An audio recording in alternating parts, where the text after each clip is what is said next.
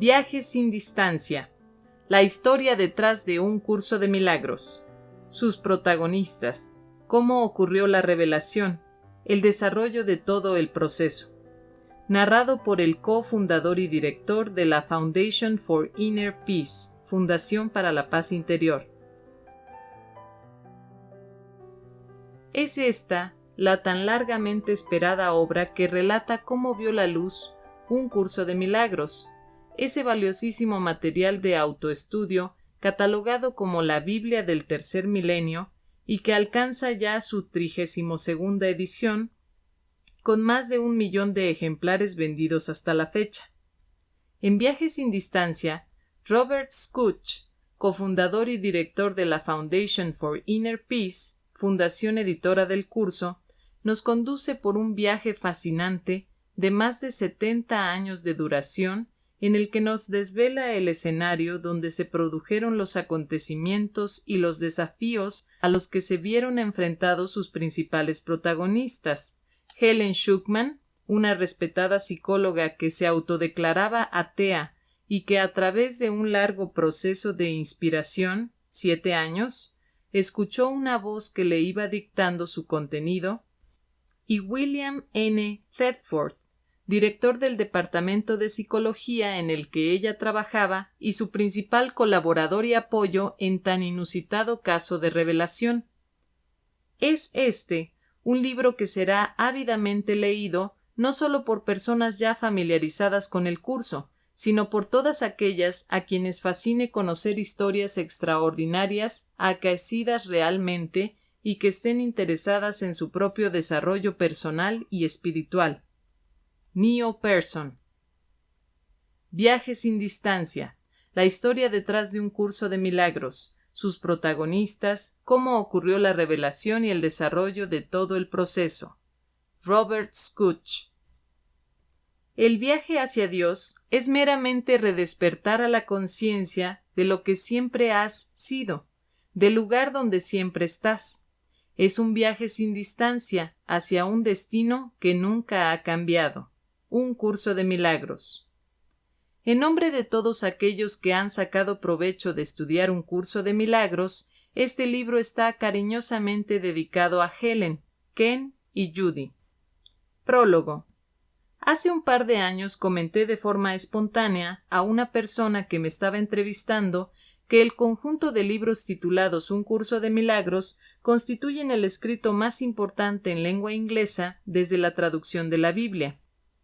Continué explicándole mis razonamientos, diciendo que aunque el curso trata de las mismas verdades psicológicas y espirituales que el Nuevo Testamento, las presenta de una forma que hace que sean más difíciles de evadir, porque es más específico y menos dado a interpretaciones diversas, y también porque los ejercicios psicoespirituales empleados son muy eficaces para ayudarnos a eludir nuestras defensas habituales contra el descubrimiento de nosotros mismos.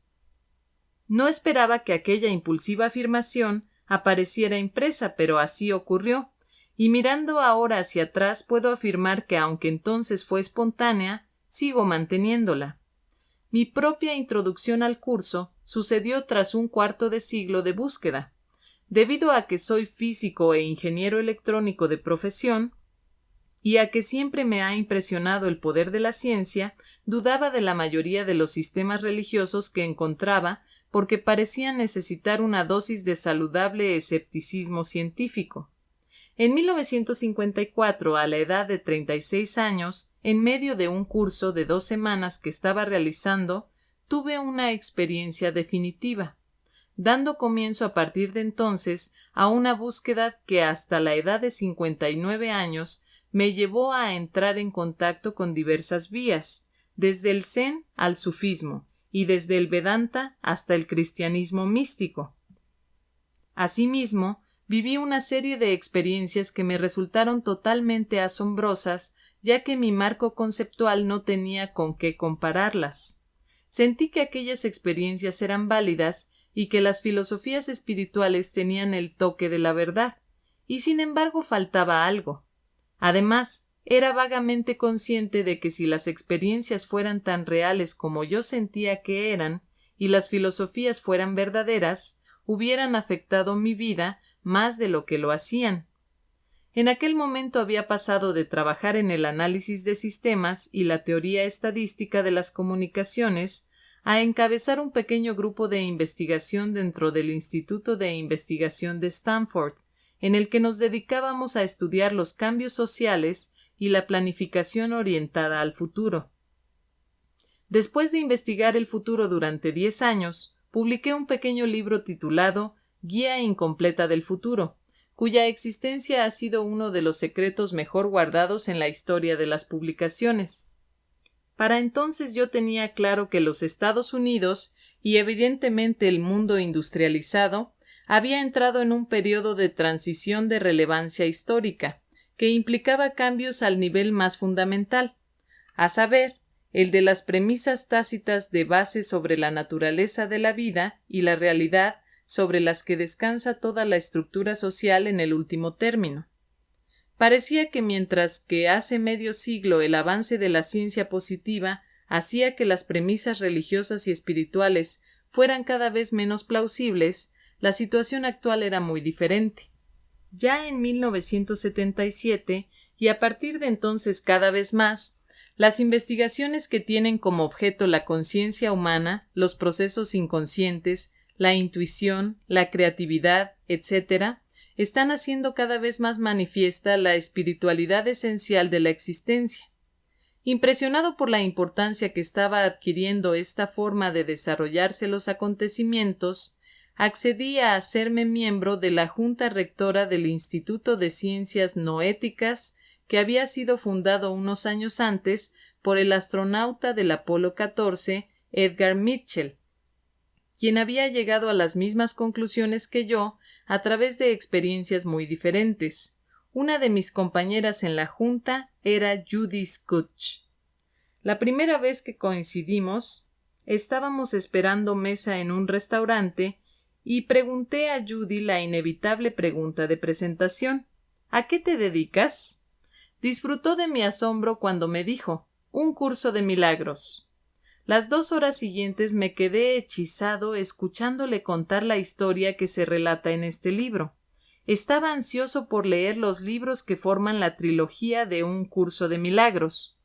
Tenía mucho que aprender sobre la ambivalencia con la que nosotros, los seres humanos, nos orientamos hacia el conocimiento de nuestro ser profundo.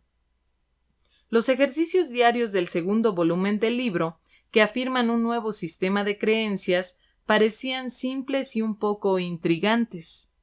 En aquel momento no entendía el efecto subterráneo que estaban teniendo.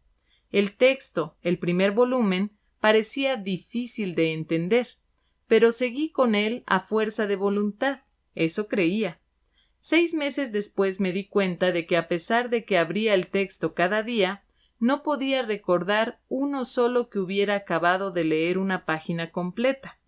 Me entrañaba sueño, mi mente vagaba sin propósito, o recordaba que había dejado cosas por hacer y por tanto me levantaba para acabarlas. Mi mente era muy ingeniosa a la hora de evitar lo que yo pensaba que quería, es decir, entender los contenidos del texto. Con el tiempo, la atención consciente le ganó la partida a las resistencias inconscientes. Mi conciencia de este hecho fue llegando poco a poco.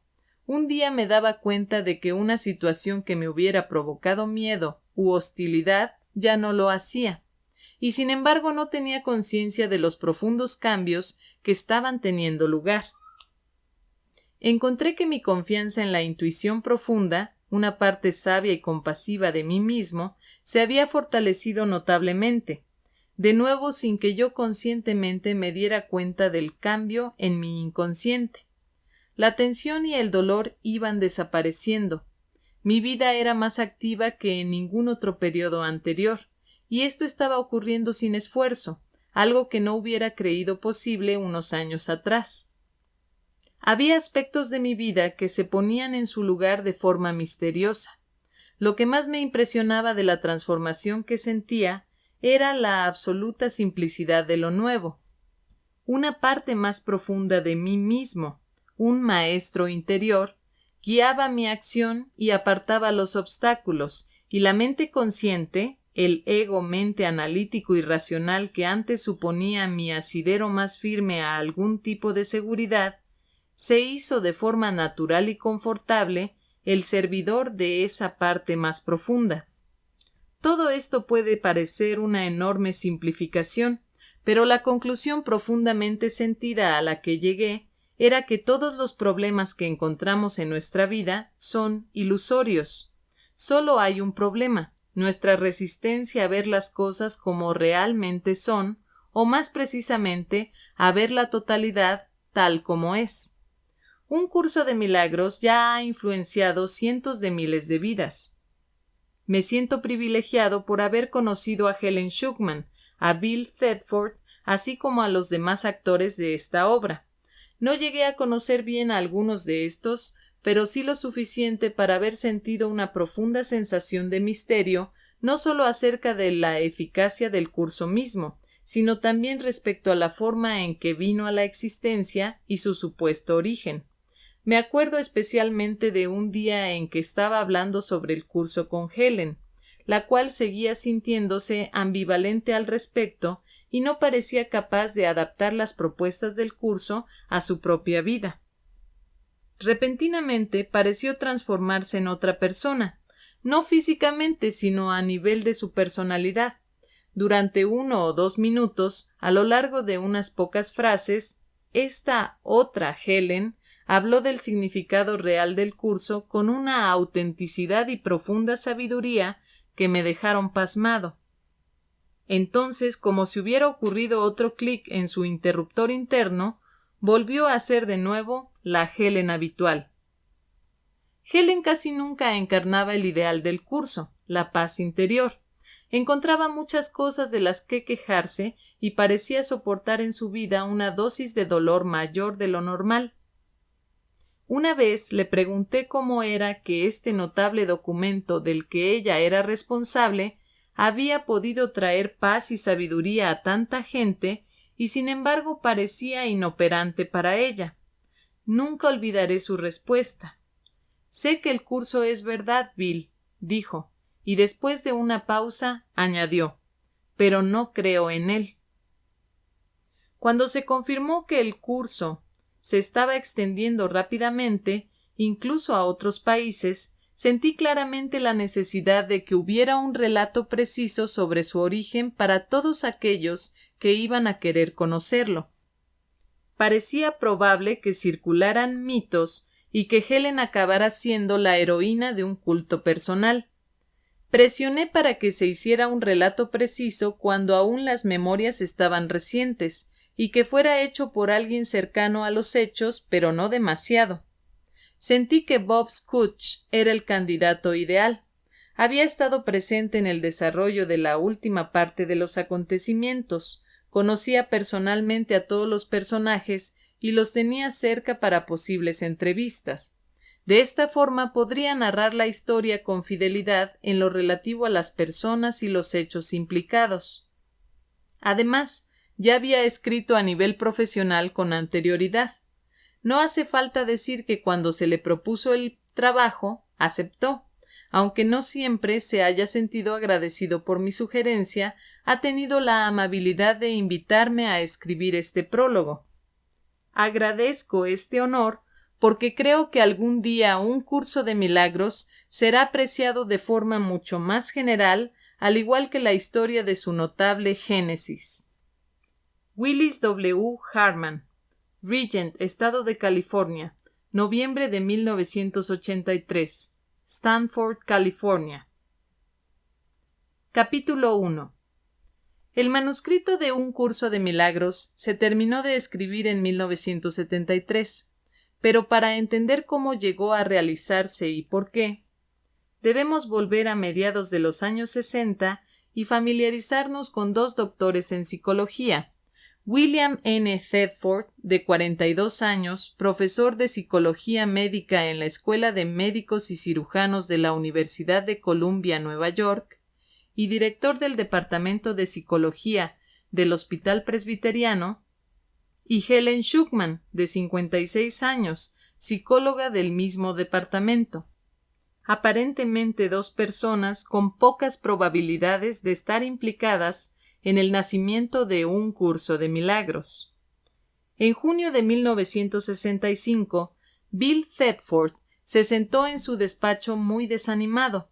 Acababa de llegar de una reunión de directores de departamentos convocada para discutir cómo llegar a un acuerdo sobre un asunto administrativo que había estado causando problemas al profesorado desde hacía 3 meses. La reunión comenzó en un ambiente tranquilo, pero a medida que se iban expresando los distintos puntos de vista y se defendían los diferentes intereses, los nervios se fueron crispando, las voces se hicieron cada vez más altas y lo que había comenzado como un intento de encontrar puntos de encuentro acabó en una serie de ataques personales y amargas recriminaciones. Para el Dr. Thetford no era la primera reunión de este tipo. De hecho, desde que era director de departamento, había tenido que tratar con colegas que constantemente estaban batallando con los mismos problemas básicos de defender sus intereses contra lo que parecían ser incursiones de la administración, de sus compañeros de otros departamentos e incluso de los asociados del suyo propio. Sin embargo, de alguna manera en esta ocasión las tensiones de la reunión le habían cargado más que otras veces. No le importaba saber por qué, lo que le importaba era saber cómo había acabado en este trabajo cuando en principio nunca había querido tener nada que ver con la universidad. ¿Cómo había llegado a esta situación?, se preguntaba. Bill Thetford nació en Chicago. Era el menor de 3 hermanos. El mayor había muerto cuando era pequeño, pero le quedaba su hermana que le llevaba 2 años. Su padre trabajaba de supervisor en la sección de construcciones en la compañía telefónica de Illinois. La familia vivía en un vecindario de clase media, en la zona sur de la ciudad. La madre de Bill asistía a la iglesia de la Ciencia Cristiana. Su padre, cuando le preguntaban, respondía que él también era científico, aunque sus visitas a la iglesia eran muy irregulares. En cuanto a Bill, su educación religiosa fue interrumpida por una tragedia familiar. Bill tenía 7 años cuando su hermana contrajo una infección vírica, y aunque la familia solicitó los servicios de diversos médicos y curanderos de la ciencia cristiana, murió en 2 semanas. Los padres de Bill se sintieron abrumados por el dolor. Se quedaban en casa juntos cada noche, negándose a aceptar las invitaciones que les hacían sus amigos y vecinos. Renunciaron a su religión y jamás volvieron a poner los pies en una iglesia de la ciencia cristiana. Aún se encontraban muy abatidos cuando Bill enfermó de una grave escarlatina, la cual le debilitó mucho y propició que acabase por contraer también fiebres reumáticas. Mientras luchaba por recobrarse, sufrió un infarto, por lo que los doctores no confiaban en que sobreviviera. Sin embargo, después de varios meses de cuidados intensivos, se recuperó lo suficiente para salir del peligro inmediato, aunque tuvo que guardar cama durante los 2 años siguientes. Pasaba el tiempo leyendo con voracidad. Leía de todo, desde Dickens hasta Dumas o Mark Twain, y entre libro y libro su madre le enseñaba aritmética. Bill estuvo ausente de la escuela durante 3 años, antes de sentirse lo bastante fuerte para volver. Al caer enfermo estaba en 2º grado y cuando volvió le colocaron en la clase de 4º. 2 años más tarde acabó 8º y continuó en el instituto, donde se graduó con honores, siendo aceptada su solicitud de ingreso en la Universidad de DePaul, Indiana. En su 2º año universitario tuvo que elegir una especialidad en la que graduarse, y eligió la de psicología, aunque sin saber muy bien por qué, pues ignoraba el trabajo que desarrollaban los psicólogos. No se quedó muy convencido de su elección. Al fin se matriculó también en el curso de estudios premédicos. Sí que conocía el cometido de los médicos. Y en su 4º año solicitó la admisión en la Escuela Médica de la Universidad de Chicago, donde fue aceptado para comenzar el otoño siguiente. Al haber obtenido una prórroga del servicio militar debido a su enfermedad infantil, pudo graduarse en la Universidad de DePaul en febrero de 1944. A pesar de que aún tenía dudas sobre la carrera profesional que seguiría, había algo que sí estaba muy claro: necesitaba un trabajo para mantenerse, al menos hasta que empezara a estudiar medicina en otoño. Como había sido aceptado en la escuela de medicina, pensé que lo mejor sería solicitar un empleo en la universidad. Pregunté en la oficina de empleo y me remitieron al laboratorio metalúrgico de la universidad. No sabía nada del tipo de trabajo que me podrían ofrecer, ni si estaba cualificado para realizarlo, pero a lo largo de la entrevista que me hicieron, me enteré de que en aquel centro se desarrollaba un programa secreto de investigación.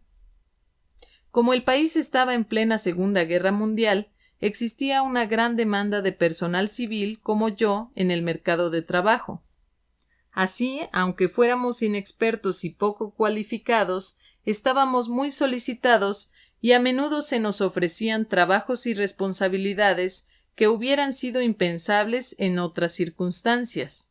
En mi caso, poco después de empezar a trabajar, fui incluido en nómina como oficial administrativo responsable de supervisar una serie de edificios que constituían las áreas de trabajo para lo que más tarde sería la investigación atómica.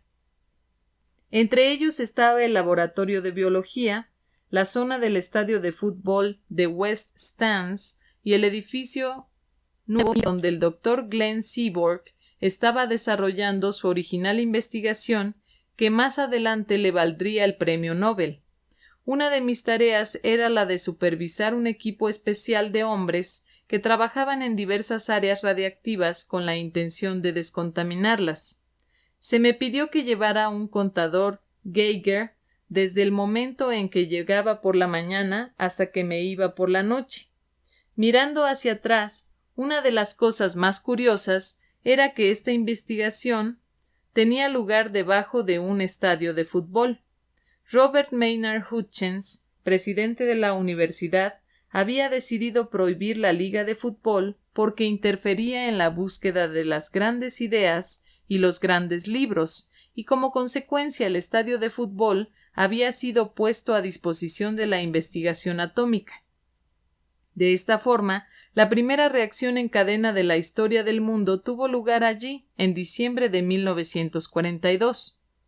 El doctor Enrico Fermi, que estaba al cargo de la operación, fue capaz de comenzar la reacción y, lo que es más importante, detenerla.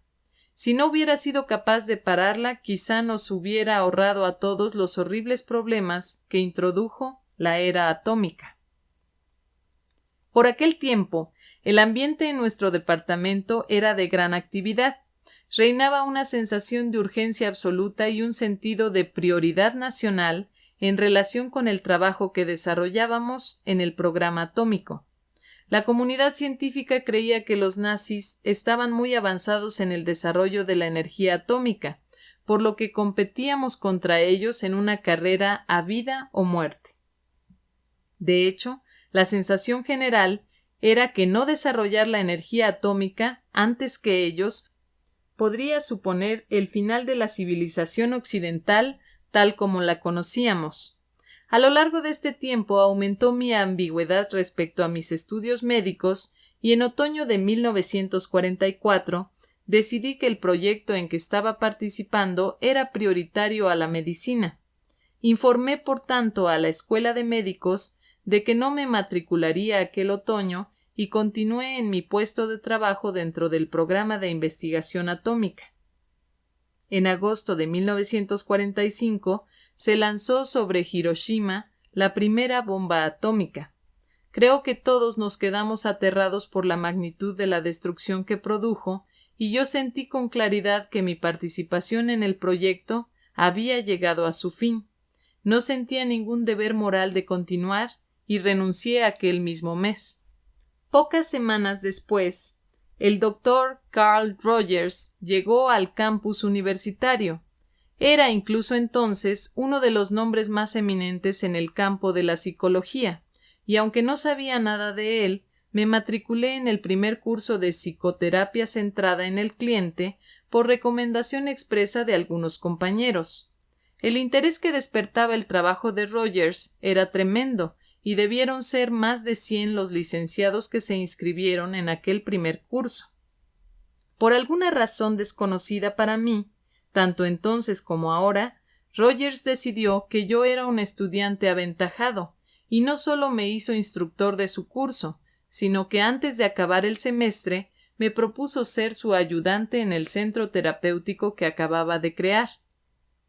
Aquello supuso para mí un gran honor y una oportunidad.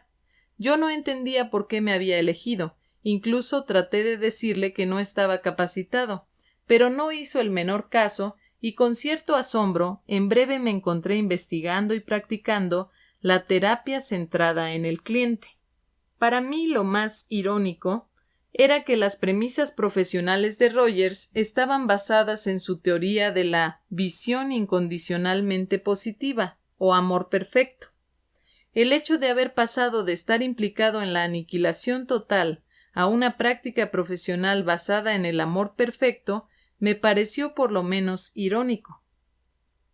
Mi tesis doctoral estaba relacionada con un primer intento de algo parecido a la biorretroalimentación. Me intrigaba la posibilidad de medir las reacciones del sistema nervioso autónomo antes y después de la terapia rogeriana. Supuse que si a la gente le servía la terapia, su recuperación ante un estímulo estresante inducido experimentalmente sería más rápida. Así que formé un grupo de control con personas que esperaban ser admitidas en el centro para recibir terapia y otro grupo con personas que estaban en tratamiento. De alguna manera, las mediciones que realicé revelaron una diferencia significativa entre el grupo experimental y el grupo de control en cuanto a la rapidez de recuperación frente al estrés inducido. Rogers se sintió impresionado por mi trabajo y yo me quedé bastante sorprendido de haber obtenido algún resultado significativo. En marzo de 1944, para sorpresa mía, recibí el título de doctor en medicina.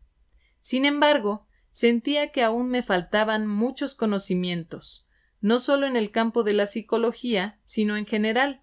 Parecía faltarme algo, pero no sabía qué. Aunque había conocido personas eminentes a lo largo de mis estudios, auténticas autoridades en sus campos respectivos, nadie parecía tener conciencia de cómo estas áreas especializadas del conocimiento podían sintetizarse. Como consecuencia, cuando recibí el doctorado, no me sentía preparado para hacer nada, no sabía qué hacer con aquel título. Afortunadamente, un amigo me sugirió que me presentara a un puesto en el Hospital Michelle Reese de Chicago, donde había una vacante en un puesto relacionado con el estudio de los rasgos de personalidad de los enfermos esquizofrénicos y el test de Rorschach. El estudio estaba dirigido por el Dr. Samuel J. Beck, una autoridad en el test Rorschach en el país y autor de una serie de libros pioneros en la relación con el test. Por una serie de razones que me parecían muy válidas, me sentía remiso a solicitar el puesto. La primera era que no había hecho ningún curso sobre el test Rorschach en toda mi vida. No sabía absolutamente nada de él. Tampoco había trabajado en un departamento de psiquiatría y, en particular, en uno en el que el trabajo estuviera basado en el psicoanálisis, una filosofía totalmente contraria a la de Rogers y a mi propia formación. Sin embargo, me presenté, y el Dr. Beck, que me entrevistó, pareció estar muy contento de mi ausencia de conocimientos previos. Se mostró entusiasmado con el hecho de que no supiera nada del Rorschach, de que no estuviera contaminado por otras enseñanzas. Además, se quedó muy impresionado por lo científico que sonaba el título de mi tesis doctoral en la rama de la psicología fisiológica. Como él no sabía nada de esa especialidad de la psicología, la consideró muy científica. En consecuencia, yo constituía el candidato perfecto. fui contratado por el Departamento de Psiquiatría y permanecí 2 años y medio en aquel hospital, durante los cuales publiqué algunos trabajos de investigación, incluyendo algunos de los que fui coautor con el Dr. Beck. Lo que sentía de manera muy clara, tanto durante mi formación universitaria como más tarde en el Hospital Michelle Reese, era que no quería ser profesor universitario.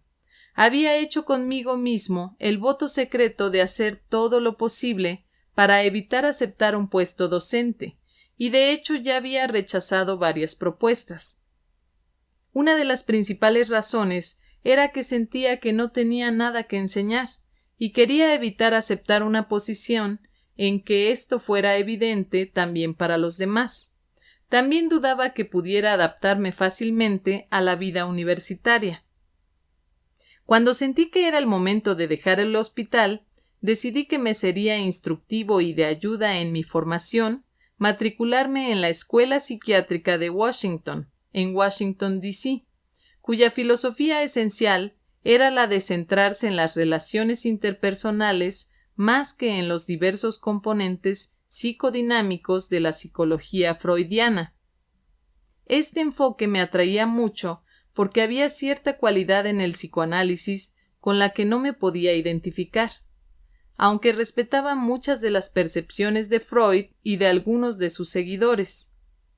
Cuando acabé mis estudios en la escuela de Washington, no sabía muy bien qué hacer después. Me sentía atraído por la ciudad de Nueva York desde hacía mucho tiempo y decidí ir allí y buscar trabajo. El director del Servicio de Asignación Psicológica del Servicio de Empleo del Estado de Nueva York me dijo que tenía un trabajo perfecto para mí y que no tenía sentido que pensara en ninguna otra posibilidad. Tenía en mente proponerme para la dirección del Departamento de Psicología del Instituto de la Vida en Hartford, Connecticut.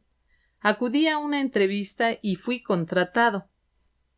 Después de 1 año en Hartford, recibí una llamada del Dr. Harold G. Wolf, que era uno de los fundadores de la medicina psicosomática, una autoridad en el área de los desórdenes nerviosos y también por aquel tiempo presidente del Departamento de Neurología de la Escuela Médica de la Universidad de Cornell en la ciudad de Nueva York. El Dr. Wolf me ofreció el puesto de psicólogo jefe en un programa de estudios sobre ecología humana que él dirigía. Mi rechazo a implicarme en un puesto universitario había disminuido algo para entonces, y decidí considerar la posibilidad de un puesto académico. Acabé aceptando la oferta del Dr. Wolf, y antes de que me diera cuenta ya era instructor, siendo promocionado 1 año más tarde al puesto de profesor ayudante. Un día de otoño de 1957, mientras asistía a una conferencia anual de psicología, un viejo amigo mío se me acercó en un descanso y después de intercambiar saludos me preguntó si me interesaría ir a la Escuela de Médicos y Cirujanos de la Universidad de Columbia como director de un programa educativo en psicología clínica. Me comentó que el comité encargado no había dado aún con la persona que pudiera enfrentar el enorme desafío que suponía el puesto. A pesar de haber evaluado a muchos candidatos, todos habían sido vetados por uno u otro de los miembros del comité, y el puesto seguía vacante. Añadió que como ninguno de los miembros del comité me conocía lo suficiente para llegar a resultarles desagradable, constituía el candidato ideal. Le contesté a mi amigo que no me interesaba irme de Cornwall, ya que estaba fascinado con el trabajo que hacía y el ambiente era agradable. Pero él me apremió para que al menos hablara con el presidente del Departamento de Psiquiatría de Columbia. La oportunidad era demasiado importante para ignorarla. Hablé con el presidente y con otros miembros del comité, y en el curso de estas conversaciones me pareció que me ofrecían una posición de gran responsabilidad. Al darme cuenta de ello, les dije que no creía posible asumir las responsabilidades del puesto siendo solo profesor ayudante y que tendría que ser ascendido a la categoría de profesor adjunto. Al decirlo estaba convencido de que, de acuerdo a la jerarquía médica, que es muy lenta, era muy improbable que alguien como yo, que había sido instructor hacía tan solo 1 o 2 años, subiera de escalafón tan rápidamente. Sin embargo, 2 meses más tarde recibí una carta del presidente del Departamento de Psiquiatría diciéndome que había podido conseguir que el decanato aprobara mi ascenso. Me sentí moralmente obligado a aceptar el puesto y fui a Columbia en febrero de 1958 como profesor adjunto de Psicología Médica en el Departamento de Psiquiatría de la Escuela de Médicos y Cirujanos. Bill Thetford esperaba el desafío que suponía su nuevo puesto con mucho entusiasmo. Sintió que podría introducir una serie de ideas innovadoras en el programa de educación predoctoral del que sería presidente y asumió su tarea lleno de expectativas sobre lo que podría lograr en los próximos meses y años. Sin embargo, pocos días después de comenzar su labor, Bill se dio cuenta de que su trabajo no sería tan fácil de poner en práctica como en un principio pensó. Tuvo el primer indicio de ello al darse cuenta de que todas las conversaciones con los miembros del comité no le habían preparado para asumir la amplitud y la naturaleza de sus nuevas responsabilidades. Aunque había creído que dedicaría la mayor parte de su tiempo a los cursos predoctorales, ahora descubría que el título que se le había asignado como mera formalidad cuando aceptó el puesto, el de director del Departamento de Psicología del Hospital Presbiteriano, le iba a suponer mucho más dedicación de lo que le habían hecho creer. El Hospital Presbiteriano era una parte esencial del centro médico y Bill pronto se dio cuenta de que con el título venían un montón de problemas que no habían sido tratados durante años. Mientras intentaba hacer su asignación de prioridades, Bill fue avisado por el decanato de que la universidad había aceptado una gran suma de dinero del Instituto Nacional de Enfermedades Neurológicas para realizar un curso de estudio cooperativo sobre las carencias sensoriales en recién nacidos y niños pequeños. Este curso cooperativo tenía un protocolo obligatorio por el que se requerían los servicios de un psicólogo investigador experimentado que hubiera recibido formación especializada para trabajar con niños pequeños. Bill era responsable de encontrar a la persona adecuada para este puesto y además debía hacerlo con rapidez, pues el decanato había dejado muy claro que el proyecto había de comenzar de forma inmediata. Al no tener experiencia en esta área, Bill visitó a un colega de un hospital cercano que era una autoridad en esta materia. Le describió la situación y le pidió ayuda para encontrar a una persona adecuada para el puesto. Su colega le aseguró que confiaba en poder encontrar a la persona justa y que haría que ésta se pusiera en contacto con él. Bill se sintió agradecido de quitarse un problema de encima, pues ya los tenía en abundancia. Así, comenzó a formular planes y preparar procedimientos que ayudaran a que el curso tuviera un comienzo rodado, confiando simplemente en que su amigo encontraría a la persona adecuada para ocupar el puesto clave.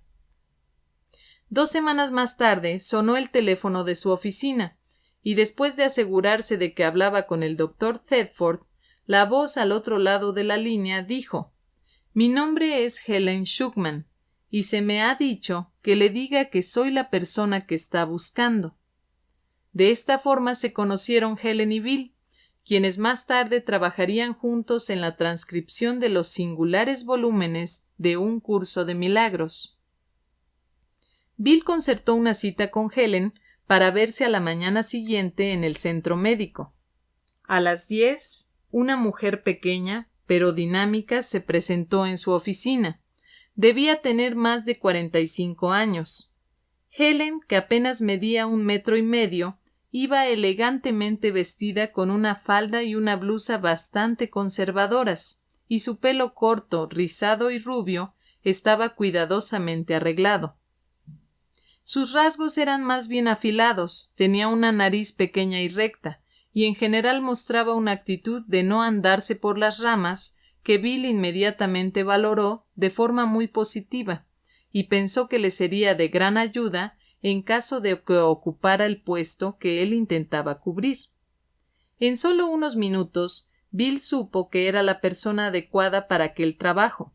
Su formación profesional parecía estar hecha a la medida del puesto que se le ofrecía, y se quedó especialmente impresionado por su rapidez mental y su habilidad intelectual. Al mismo tiempo mantenía sus reservas en ofrecerle el puesto a ella o a cualquier otra persona, porque el programa de trabajo estaba todavía sin especificar en absoluto. Aún no se había tomado ninguna decisión acerca de los medios de que dispondrían, ni respecto al espacio físico que les sería asignado. Su sueldo tampoco estaba fijado y las responsabilidades del puesto no estaban claramente definidas. Todo ello hacía que Bill no pudiera ser muy concreto al discutir el programa con Helen, pero a pesar de todo, y al hecho de que Bill no se lo presentara con mucha convicción, Helen aceptó el puesto y se dispuso para comenzar el lunes siguiente. Capítulo 2. Helen Schuckman nació en 1909 y su nombre de soltera era Helen Cohn. Creció en Nueva York, donde su padre, químico de gran éxito profesional, pudo proporcionar a su familia una vida muy acomodada. Tenían a su servicio a una cocinera y una doncella que les ayudaban en el cuidado de su enorme piso de 10 habitaciones. Contrataron asimismo a una institutriz que se ocupó de Helen hasta que tuvo 6 años de edad. La institutriz y Helen ocupaban un extremo del piso, donde compartían habitación, salón y aseo. En el otro extremo vivía el resto de la familia, es decir, su madre, su padre y un hermano 14 años mayor que ella, con el que tenía muy poco en común. Como el resto de la familia parecía hacer su vida, Helen pasaba casi todo el tiempo antes de ir al colegio, así como su tiempo libre, una vez que empezó a asistir a clase, con su institutriz, una mujer inglesa de mediana edad, a quien conocía simplemente como la señorita Richardson. Aunque la relación entre ellas era amistosa, no tenía nada de íntima. Lo que más le gustaba a Helen de la señorita Richardson era su acento inglés. Por la noche, la institutriz acababa oficialmente de trabajar una vez que acostaba a Helen y era libre de salir si lo deseaba, aunque la mayoría de las veces se quedaba en la sala hasta la hora de acostarse. Cuando la señorita Richardson salía, Helen se quedaba despierta hasta que hubiera vuelto, no solo para asegurarse de no estar sola, sino también porque le fascinaba el ritual que realizaba cada noche. Antes de acostarse, la señorita Richardson se arrodillaba y susurraba algo para sí misma durante un rato. Desde mi primer recuerdo, siempre hacía lo mismo. Siempre quise preguntarle qué hacía, pero tardé muchos años en reunir el valor suficiente. La señorita Richardson me explicó que era católica y que cada noche antes de acostarse rezaba el rosario. Le pregunté qué era un rosario y me mostró el suyo. Estaba hecho de hermosas cuentas azules y me gustó. Pensé que estaría bien tener uno, incluso podría tener algo de mágico. Le pregunté a la señorita Richardson si podía tener uno, pero me respondió que era solo para católicos. Le sugerí que quizá mi madre me podría comprar uno, pero ella pensó que sería mejor dejar el tema a un lado. De hecho, me propuso que fuera nuestro secreto, y yo le prometí no decir nada al respecto. También teníamos otro secreto, relacionado con el lugar al que íbamos los domingos por la mañana. En vez de ir al parque como los demás días, nos íbamos al otro extremo de la ciudad, donde nadie pudiera vernos. Allí llegábamos a uno de los lugares más bellos que yo hubiera visto nunca. La señorita Richardson me dijo que era una iglesia católica, pero como yo no era católica, no podía entrar. Tenía que prometerle que no me marcharía muy lejos y me quedaba en la entrada hasta que ella volvía a salir. Mientras esperaba podía ver las flores, las velas y las estatuas a través de las rendijas de las grandes puertas que se abrían hacia el interior de la iglesia. A veces escuchaba la música y la voz de un hombre diciendo cosas que no podía entender. Una vez me colé en una de las capillas laterales. Había una estatua de una señora muy hermosa, con luz alrededor de la cabeza, y velas y flores dispuestas en un pequeño jardín a sus pies. Todo el mundo tenía rosarios como el de la señorita Richardson, y decidí que de mayor sería católica para poder entrar y participar en lo que ella hacía. Entre semana, cuando la señorita Richardson me llevaba al parque a jugar, siempre nos juntábamos con una amiga suya, que también era institutriz y cuidaba a una niña de mi edad. Nosotras jugábamos mientras la señorita Richardson y su amiga se sentaban en un banco del parque y hablaban. Descubrí que la niña era católica y tenía un rosario, y se sorprendió mucho cuando le dije que yo no lo tenía y que no sabía para qué servía. Me explicó con condescendencia que servía para rezar a la Madre de Dios.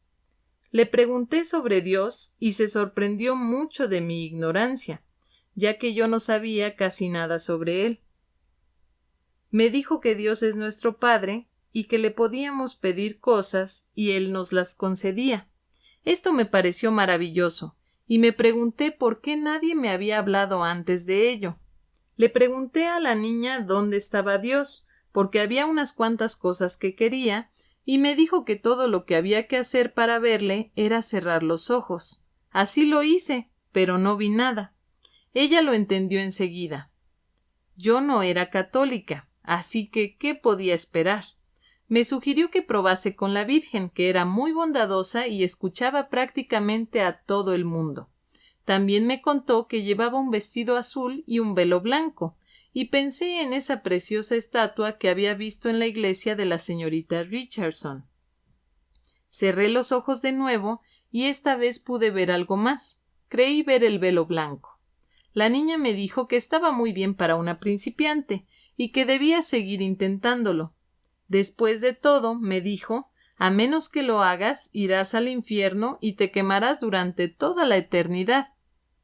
Estaba tan contenta por haber visto el velo blanco que no hice caso de su comentario hasta que me acosté aquella noche. Entonces comencé a gritar. La señorita Richardson me preguntó qué pasaba y le dije que tenía miedo del infierno, que me quemaría para siempre a menos que fuera católica y tuviera un rosario. La señorita Richardson estaba muy preocupada, pero no sabía qué decir. Me dijo por fin que era mejor que hablara de religión con mis padres, explicándome que la gente solía tener la misma religión que sus padres y que probablemente ellos podrían contarme cosas. Pero añadió que no debería tener miedo del infierno porque ella rezaría por mí.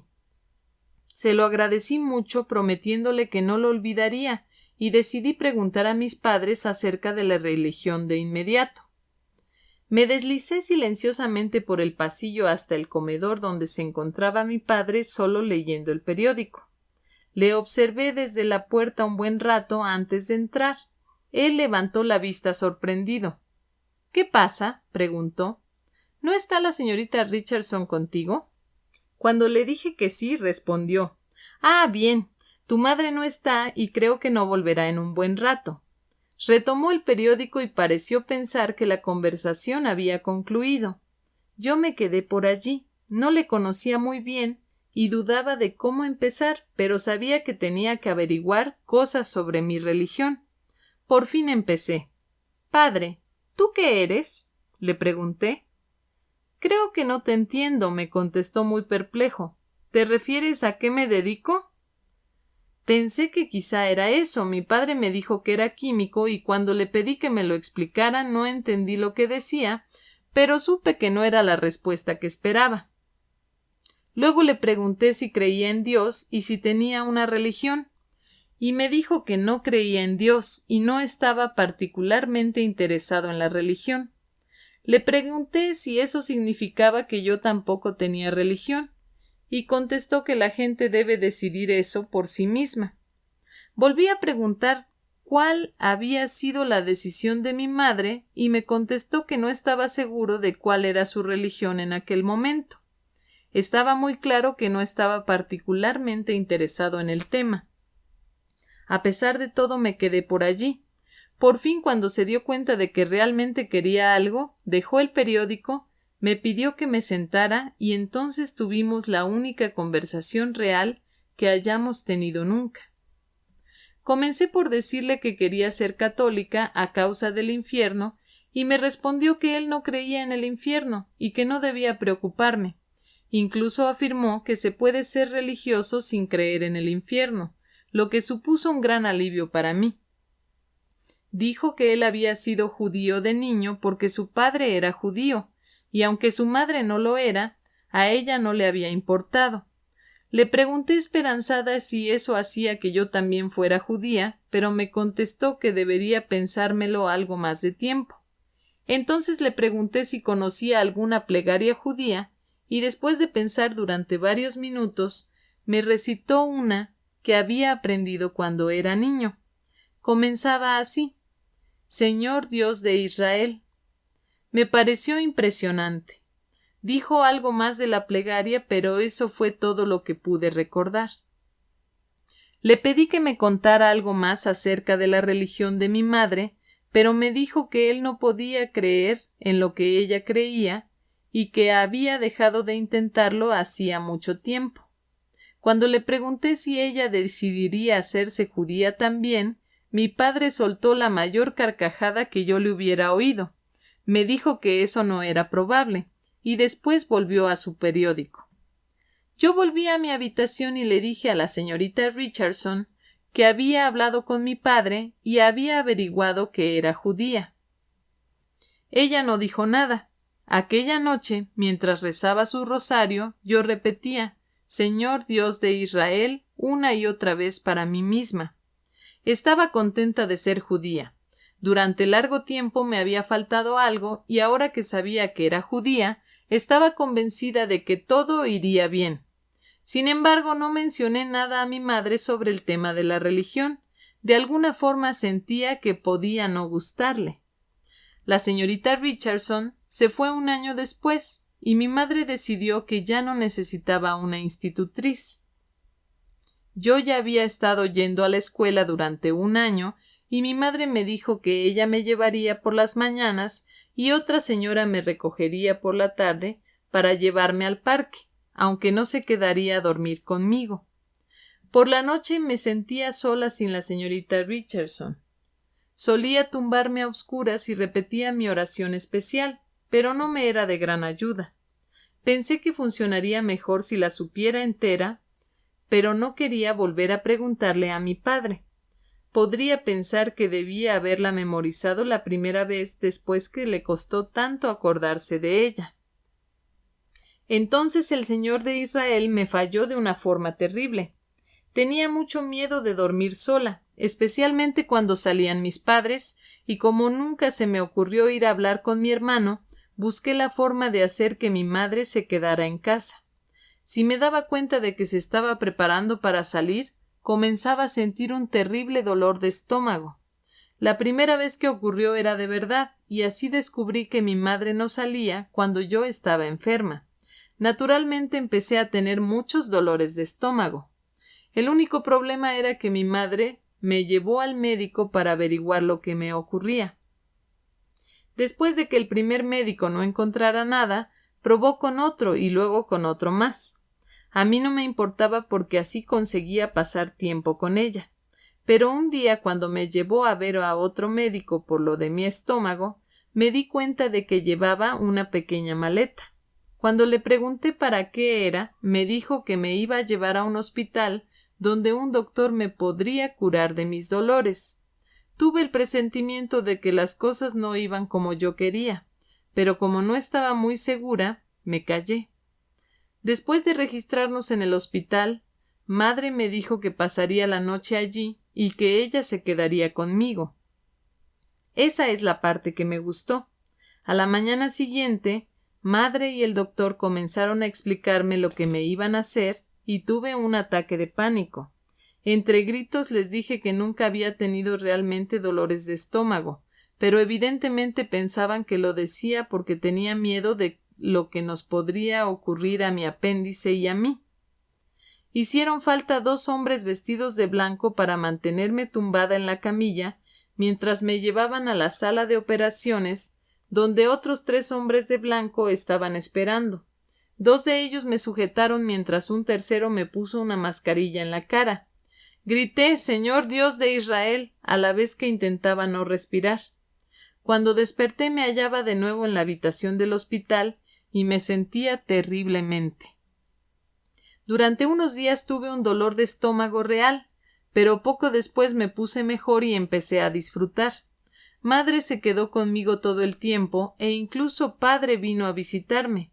Madre y yo hablamos de todo tipo de cosas mientras estuvimos juntas, y la noche antes de irnos del hospital le pregunté por su religión. Me dijo que había probado muchas religiones desde pequeña, que ahora era teósofa, pero que aún continuaba buscando. Me sorprendió mucho que también hubiera sido judía, porque los judíos no parecían gustarle mucho. Me contó que su padre era rabino en Inglaterra, pero que en todo caso era de muy buena familia. También me dijo que tenía algunos parientes que no eran judíos, y eso parecía aliviarla. Entretanto, yo había decidido no seguir siendo judía después de lo ocurrido. Probablemente no había un Señor Dios de Israel después de todo, y esa era la razón por la que mi padre había dejado de creer en él. Nunca volví a creer en Dios, aunque lo intenté denodadamente durante largo tiempo. Helen no se inquietó por la religión ni se interesó en ella durante los siguientes 5 o 6 años. Lo que parecía intrigarle mucho más eran las imágenes mentales que visualizaba a menudo, unas veces con los ojos cerrados y otras con los ojos abiertos. Podían ocurrir casi en cualquier momento, pero nunca interrumpían ni molestaban de forma alguna a sus demás actividades. Simplemente era como si hubiera una actividad mental constante en el fondo de su mente que podía ser traída a la superficie si elegía hacerlo.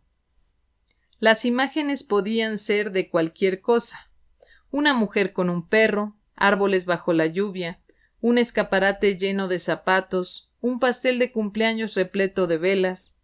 No tenían movimiento y eran en blanco y negro. Se parecían mucho a una serie de instantáneas no relacionadas entre sí. A veces las imágenes eran completamente nuevas para ella, escenas irreconocibles, mientras que otras veces reconocía parte de los cuadros relacionándolos con cosas que había visto realmente, aunque incluso en esos casos había detalles que no recordaba haber visto originalmente. Helen había tenido imágenes mentales de este tipo desde siempre, hasta donde le alcanzaba la memoria, y no se le ocurrió que no todo el mundo podía disfrutar de esa misma experiencia. De hecho, fue a la edad de 11 años, al preguntar a una amiga por sus imágenes mentales, cuando se dio cuenta de que ésta no tenía ni idea de lo que le estaba hablando. Helen pensó que su amiga estaba de broma, y no fue hasta que probó con otras compañeras que aprendió que su habilidad era única. Aunque se sorprendió mucho por ello, no pareció molestarle esta revelación y siguió disfrutando las imágenes cuando aparecían. El interés que sentía por Dios se reavivó a los 12 años. Sus padres planearon pasar el verano en Europa y decidieron llevarla con ellos. El viaje transcurrió sin incidentes para Helen hasta la última visita de sus vacaciones, Lourdes. La gruta le causó una profunda impresión, así como la estatua de la Virgen y los montones de muletas y aparatos dejados allí por quienes se habían curado milagrosamente. Desde nuestra habitación del hotel podía ver la estatua de la Virgen. Cada noche salía a mirar la figura, la roca sobre la que se levantaba y aquella agua especial que salía de un costado de la roca, el agua que curaba a la gente. Pensaba en las sillas de ruedas y en las muletas y en los miles de personas que habían venido ahí y habían creído. ¿Podrían estar todos equivocados? Repentinamente me acordé de la señorita Richardson y de su rosario. Seguramente este era el mejor lugar del mundo para comprar un rosario y probarlo. Cuando volví al hotel aquella noche, encontré a mi padre solo en su habitación leyendo un libro. Me quedé junto a él unos momentos y, como seguía leyendo, le dije que quería comprar un rosario. Se metió la mano en el bolsillo y me dio algo de dinero sin levantar siquiera la vista del libro. Pensé en preguntarle si le importaba, pero simplemente le di las gracias y salí de la habitación. Al día siguiente por la mañana, pedí a madre que viniera conmigo para comprar el rosario. Compré también una medallita de la Virgen y llevamos ambas cosas a que fueran bendecidas por un sacerdote. Nos quedamos en la gruta para asistir a misa y a la preciosa ceremonia religiosa posterior. Era sábado, y había incluso más flores y procesiones con música que en un día normal. La gente rezaba por todas partes. Todo era muy, muy hermoso. Pregunté a mi madre si había sido católica y me dijo que no, pero sentí que había comenzado a pensárselo. Aquella noche en mi habitación me quedé despierta con el rosario en la mano y la medalla alrededor del cuello y pensé en Dios, en la señorita Richardson y en la Virgen. De pronto tuve una idea. Este era un lugar con mucho poder y quizás si pedía un milagro para mí misma, lo conseguiría. Entonces creería en Dios y me haría católica. Salí al balcón y miré a la roca. Por favor, Dios, dije en voz alta, no soy católica, pero si todo esto es verdad, ¿me enviarías un milagro para que pueda creer en ti? Ya había decidido en qué consistiría el milagro. Cerraría los ojos y diría 3 Aves Marías. Si al abrirlos encontraba una estrella fugaz en el cielo, ese sería mi milagro.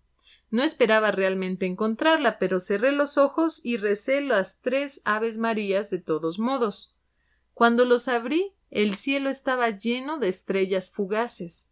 Las miré en silencio, asombrada, y entonces susurré: es un milagro. Dios me lo ha enviado realmente. Mira, mira, es un milagro. Me quedé muy quieta hasta que las estrellas desaparecieron y el cielo se oscureció de nuevo. Y entonces me acordé. Nuestro guía nos había dicho que en este momento del año había lluvias de meteoritos en esta parte del mundo y que aparecerían con mucha frecuencia. En realidad no era milagro en absoluto. Nunca antes había visto una lluvia de meteoritos y por eso no la había reconocido. Entonces tuve otro pensamiento. ¿No es un milagro que pensase en pedir ver un meteorito justo cuando iba a haber una lluvia de ellos? Después de todo, no podía saber que la lluvia iba a ocurrir en aquel preciso momento. Quizá era un auténtico milagro después de todo, pero ya no pude convencerme de ello realmente. Me sentía muy suspicaz con todo aquel tema. Incluso me enfadé un poco. Quizá pensé para mí misma, el agua y las curaciones y las muletas sean todos como la lluvia de meteoritos. La gente solo cree que son milagros. Todo podría suceder simplemente así. Estaba a punto de dejar el tema zanjado en mi mente de esta forma cuando tuve otro pensamiento que me hizo sentirme muy incómoda. Dije a Dios que si veía un meteorito cuando abriera los ojos sería un milagro. Si había un Dios, podría no gustarle mi forma de considerar su milagro. Si Él se había molestado en enviarme un milagro especial para mí, podría no gustarle mi escepticismo. Y si había un Dios, también habría un infierno para la gente que no le reconocía y apreciaba. Por fin fui resolviendo aquella situación con diferentes argumentos, aunque me quedé un poco incómoda al respecto. Me persuadí de que si Dios se hubiera molestado en enviarme un milagro, tendría el suficiente sentido para hacerme creer en él. Como no creía realmente en éste, no podía haber sido un milagro genuino. Decidí que de todos modos no tenía que tomar una decisión definitiva en aquel mismo momento y que volvería sobre ello más adelante, cuando no estuviera tan cansada. Un año después de volver de su viaje por Europa, el hermano de Helen se casó y la familia se trasladó a un piso más pequeño. Idabel, la sirvienta que había estado con la familia desde el nacimiento de Helen, siguió con ellos. Helen y ella eran muy buenas amigas desde hacía años, pero la nueva situación les ayudó a intimar más y pasaban mucho tiempo hablando de cosas. Una de las cosas de las que hablaban era de religión. Idabel era bautista y dijo a Helen que aunque su iglesia creyera oficialmente en el infierno, ella sentía que Dios era muy bondadoso y preparaba las cosas para que al final todo saliera bien. Esto dio confianza a Helen, que empezó a leer la Biblia cada noche con Idabel. Un domingo, Idabel preguntó a Helen si quería acompañarla a su iglesia que estaba en las afueras, bastante lejos de donde vivían. A Helen le entusiasmó la idea y cuando llegaron estaba ansiosa porque empezara la ceremonia religiosa. La gente de la iglesia de Idabel no solo tenía un color de piel diferente del de Helen, sino que también cantaban canciones muy diferentes de cualquier otra que ella hubiera escuchado antes. Las cantaban una y otra vez, empezando suave y poco a poco iban subiendo de tono. Cuando la gente comenzó a dar palmadas y a seguir el ritmo con los pies, Helen se dio cuenta de lo bien que se sentían, pero lo que más le impresionó fue la deducción de que por la forma en que cantaban y se movían, obviamente tenían una relación muy amistosa con Dios. Siempre me dirigía a Dios formalmente, con mucho respeto, y no sabía cómo abordar este nuevo tipo de relación con Él, pero a medida que las canciones se hacían más emocionales, me encontré dando palmadas y cantando como todos los demás. El pastor en su sermón habló de Dios, del cielo y de la salvación, y repetía una y otra vez que todo lo que necesitamos es fe.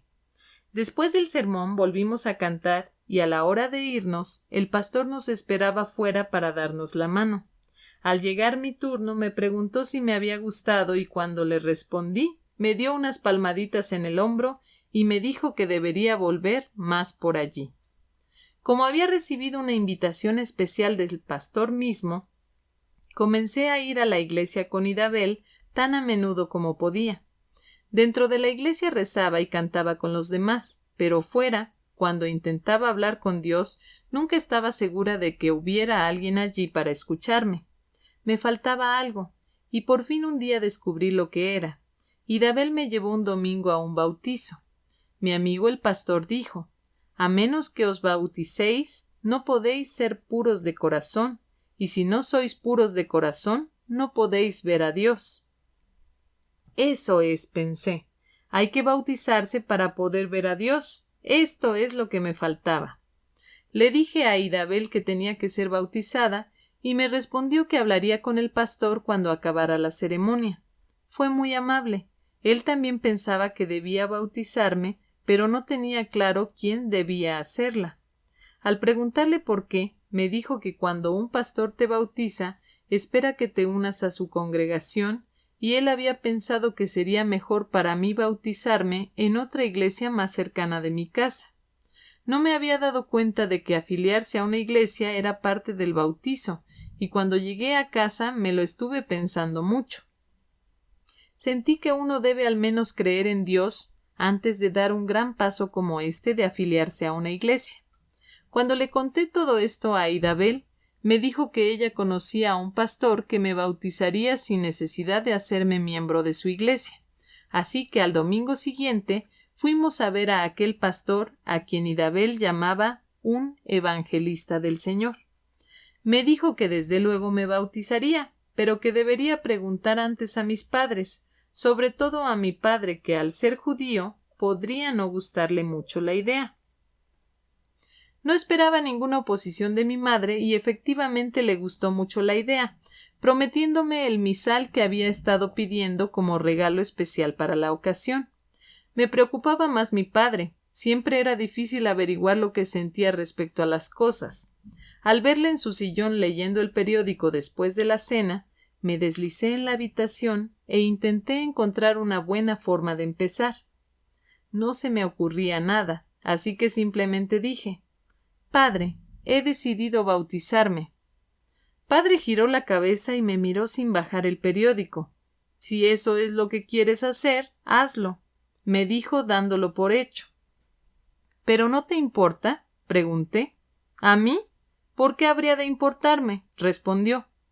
Aún no estaba satisfecha. ¿Estás seguro? Mi padre me confirmó que estaba muy seguro de que no le importaba. Supongo que me debería haber sentido contenta.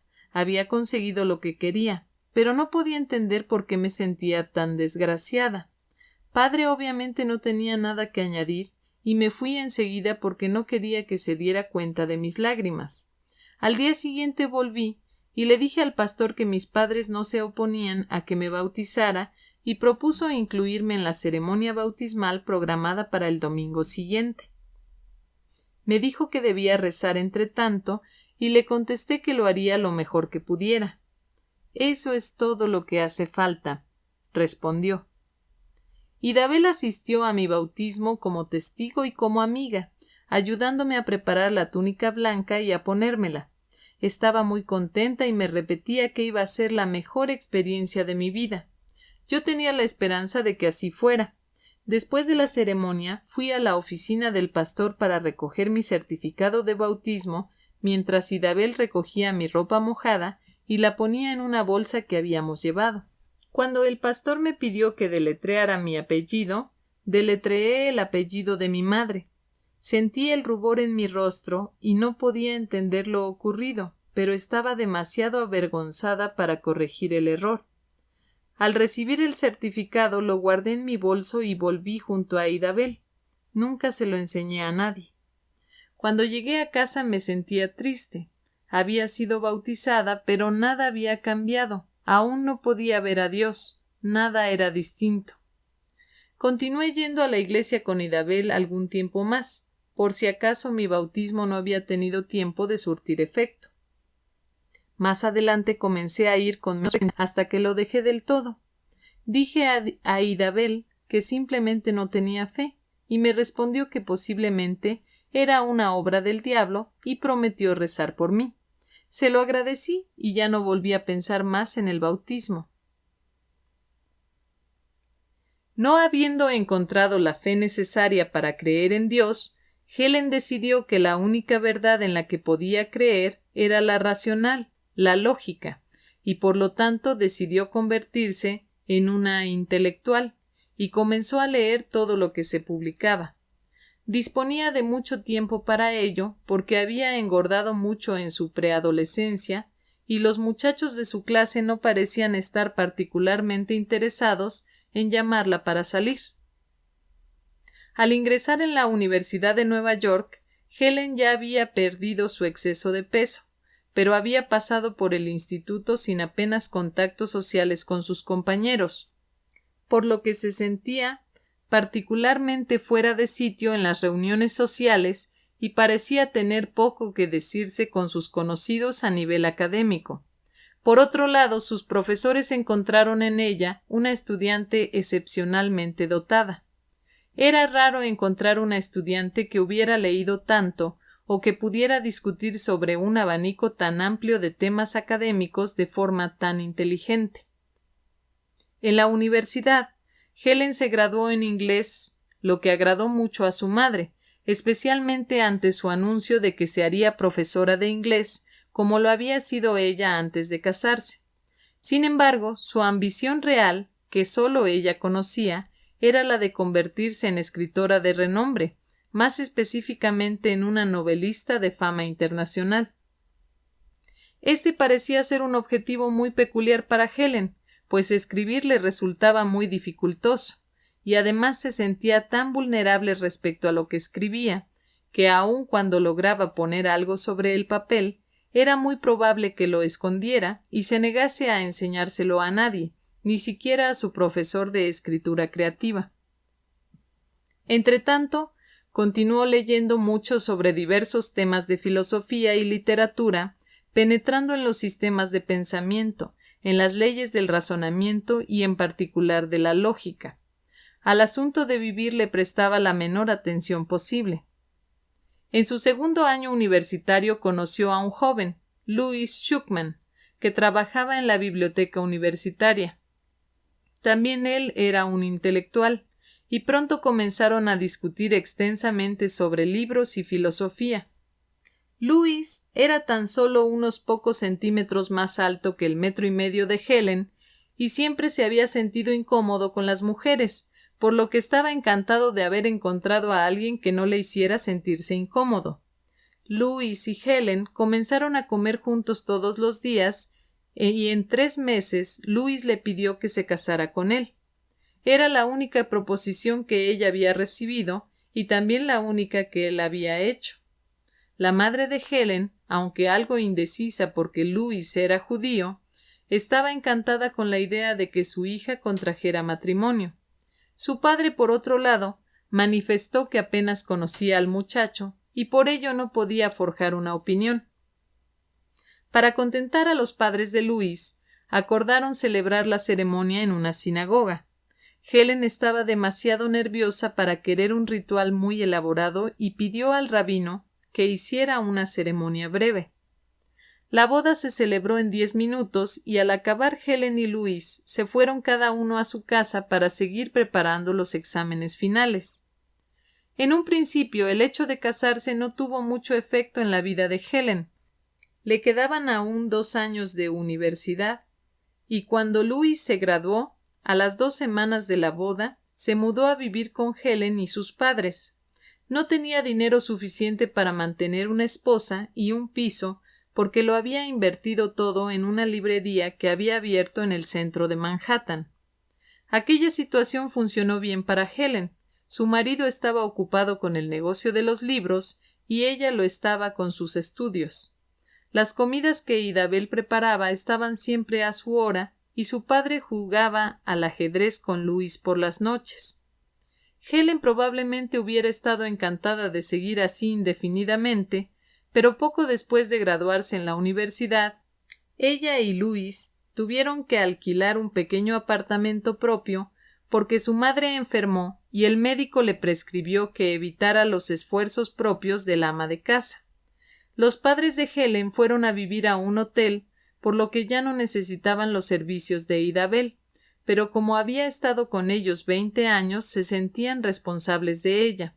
Decidieron seguir contratándola para que cuidara del apartamento de Helen, y ésta, que literalmente no sabía ni freír un huevo, estaba encantada de la generosidad de sus padres.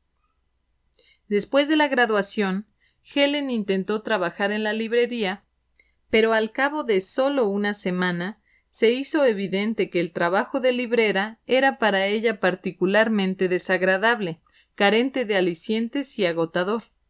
Sin embargo, siguió yendo a la librería durante casi un año hasta que se vio aquejada por una grave enfermedad y el médico le dijo que debía ser operada. Se asustó tanto que comenzó a sufrir pesadillas en las que se veía sujetada por la fuerza a una mesa mientras le ponían una mascarilla en la cara. Estuvo resistiéndose a la operación hasta que se sintió tan enferma que no pudo posponerlo más. Volvió entonces a hablar con el médico, que le aseguró que era una operación sencilla y que en una semana estaría plenamente recuperada. Había llegado al punto de estar tan enferma que no podía ponerse más excusas e hizo los preparativos para ingresar en el hospital al día siguiente. Aquella noche me senté sola e intenté organizarme. Sería mucho más fácil, pensé, si creyera que Dios me iba a cuidar. Había una cuestión. Que yo creyera en Él no hacía más probable que existiera o dejara de existir. En cualquier caso no me causaría ningún daño el tratar de llegar a un acuerdo razonable.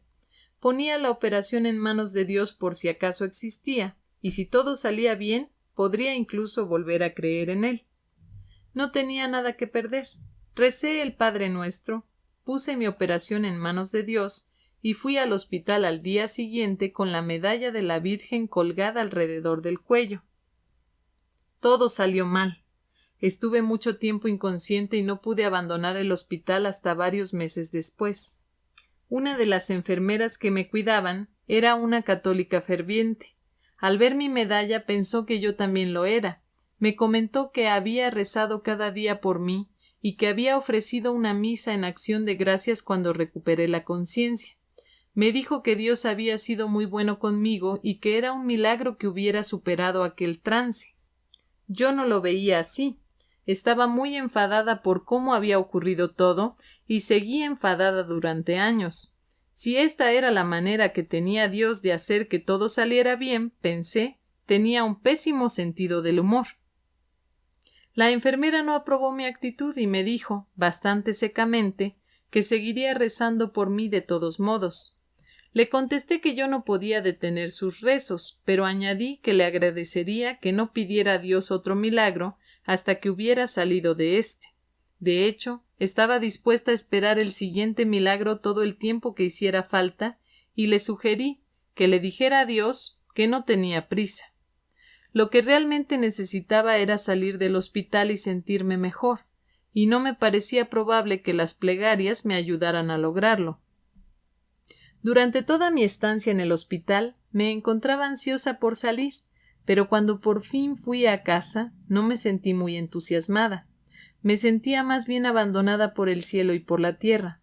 Seguí sintiéndome enferma durante mucho tiempo y finalmente me vi forzada a reconocer que estaba mejor físicamente y declaré una moratoria sobre mi invalidez, una decisión que el médico pensaba que debía haber tomado hacía mucho tiempo.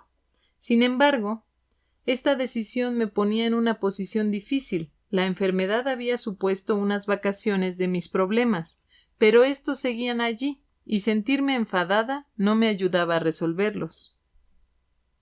Por fin se me ocurrió la posibilidad de que hubiera estado mirando las cosas desde un ángulo equivocado. Después de admitirlo, comencé a revisar mi vida hasta entonces, y entre otras cosas volví sobre mi larga y errática búsqueda de Dios. Estaba claro que no había hecho progresos en ese tema. Admitía que la culpa podía ser mía. Quizá, como decía la enfermera del hospital, no apreciaba todo lo que Dios había hecho por mí. Recordé la dificultad que había tenido para aceptar aquel milagro anterior en mi infancia.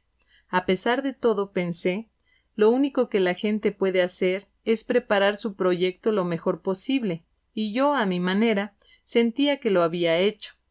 No tenía sentido especular sobre cuál hubiera sido el resultado de la búsqueda si la hubiera emprendido de forma diferente. Si Dios existía, lo que yo ponía en duda, Él mismo podría resolver la cuestión de la religión. Si no existía, bueno, las cosas eran simplemente así. Para mí había acabado la búsqueda. Me di cuenta de que además de la cuestión de Dios, había otros asuntos que había pospuesto tomar en consideración. En primer lugar, el asunto de mi marido. Después de todo estaba casada, y ya era hora de que empezase a pensar en él. Él podría ser muy amable, decidí. No era Dios, por supuesto, pero teniendo todo en cuenta, casi era mejor así. Pensé que era el tipo de persona con la que se puede desarrollar una buena relación. Naturalmente tomaría tiempo y a veces sería muy difícil, pero reconocí que ya era hora de que empezara con ello. Sabía que este era tan solo uno de los pasos a dar, ya que empezaba a darme cuenta de que necesitaba encontrar una buena forma de pasar el resto de mi vida en la tierra. Tenía claro que podría resultarme difícil porque aún sabía muy poco del mundo, y también sabía que ser únicamente una esposa no era la respuesta para mí, especialmente porque Idabel se encargaba de la casa y no teníamos niños que me ocuparan el tiempo. Al principio volví a hacer un intento en el negocio de los libros.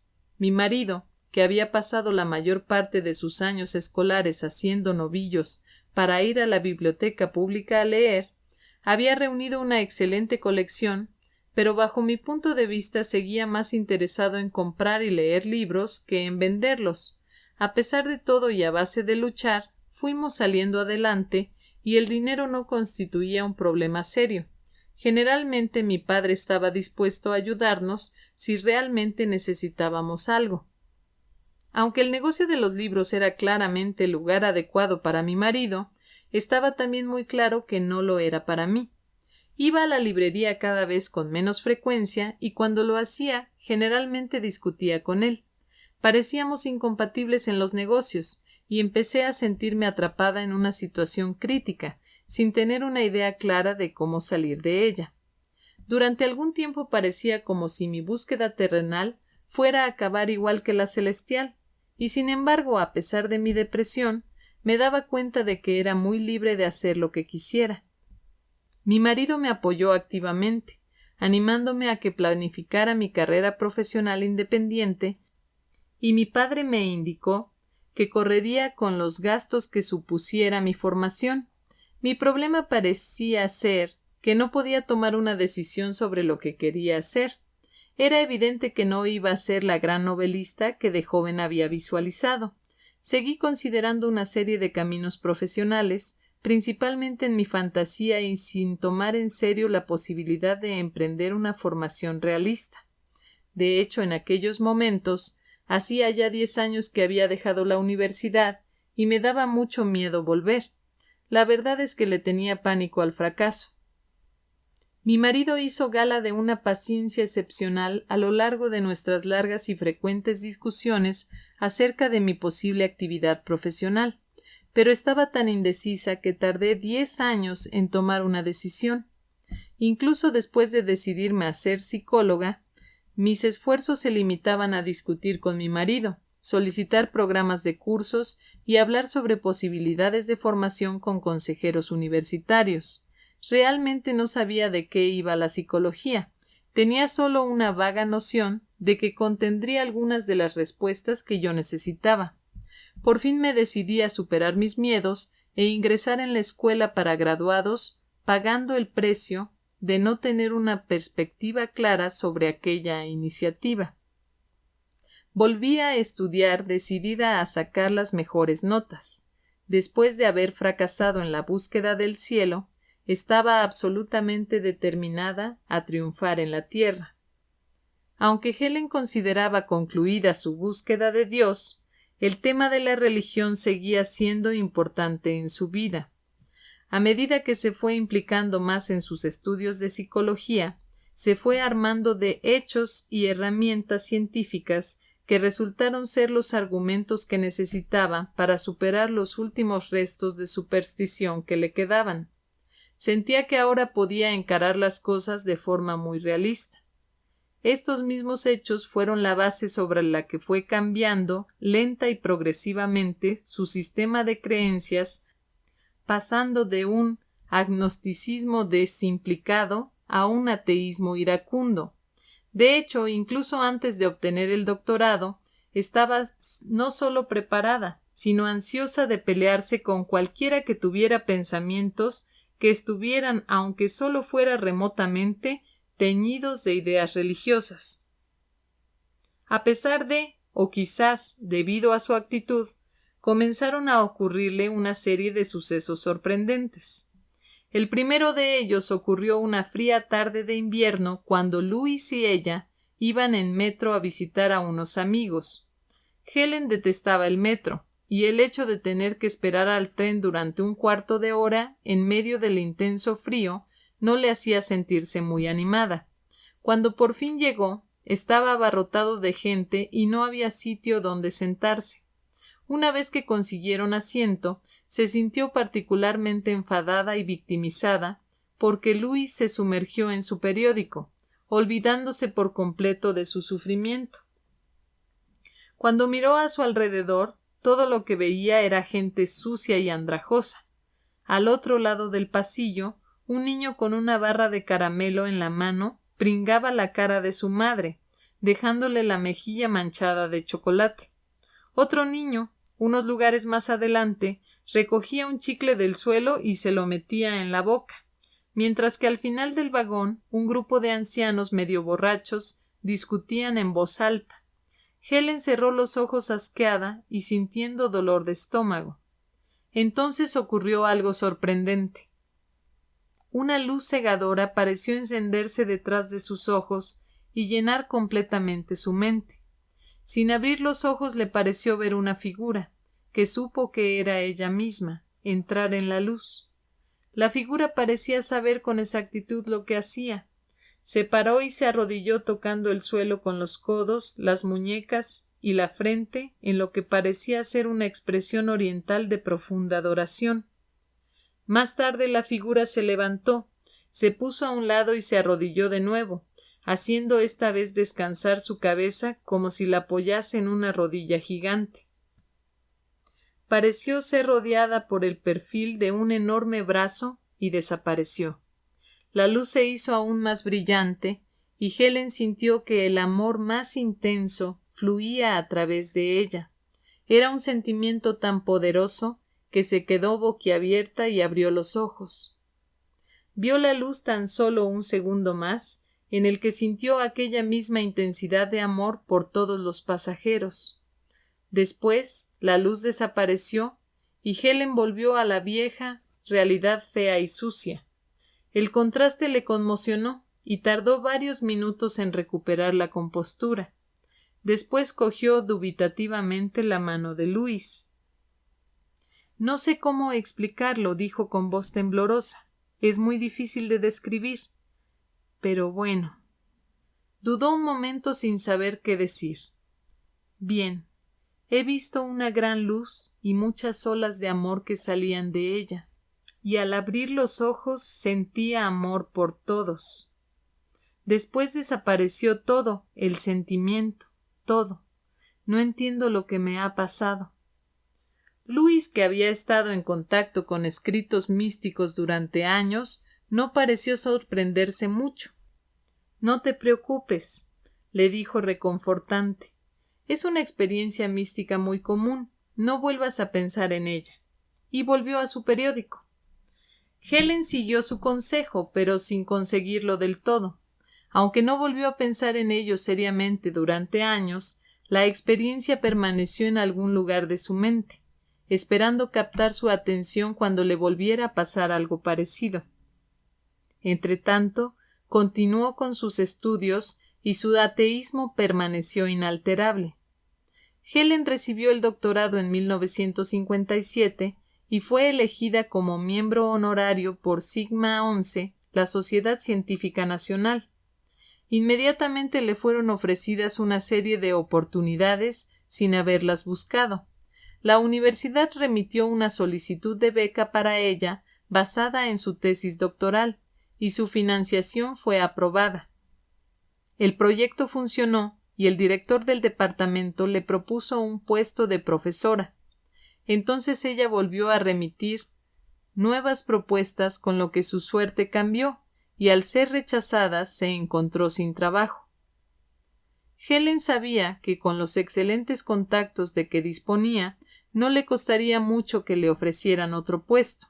Sin embargo, estuvo varias semanas sin hacer nada, recriminándose amargamente su mala suerte y sintiéndose cada vez más miserable entre tanto.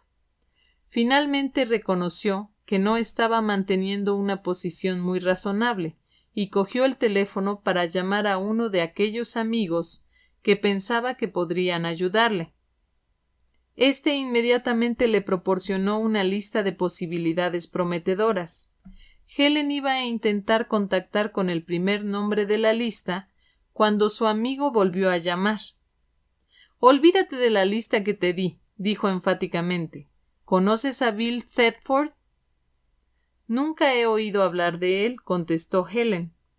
«Llámale ahora mismo», continuó su amigo. «Es el director del Departamento de Psicología del Hospital Presbiteriano. Este es su número, y cuando le llames, dile que eres la persona que estaba buscando». Helen no tenía ningún deseo especial de trabajar en un entorno médico, y lo que le habían dicho acerca del trabajo no era muy atractivo. A pesar de todo, cogió el teléfono y llamó a Bill Thetford. A la mañana siguiente, a las 10, se presentó en el hospital para asistir a la cita que había concertado con Bill, y cuando entró en su despacho, la primera vez que lo vio, hizo para sí misma un comentario silencioso que no pudo comprender. «Ahí está», se dijo. «Ese es el hombre al que tengo que ayudar».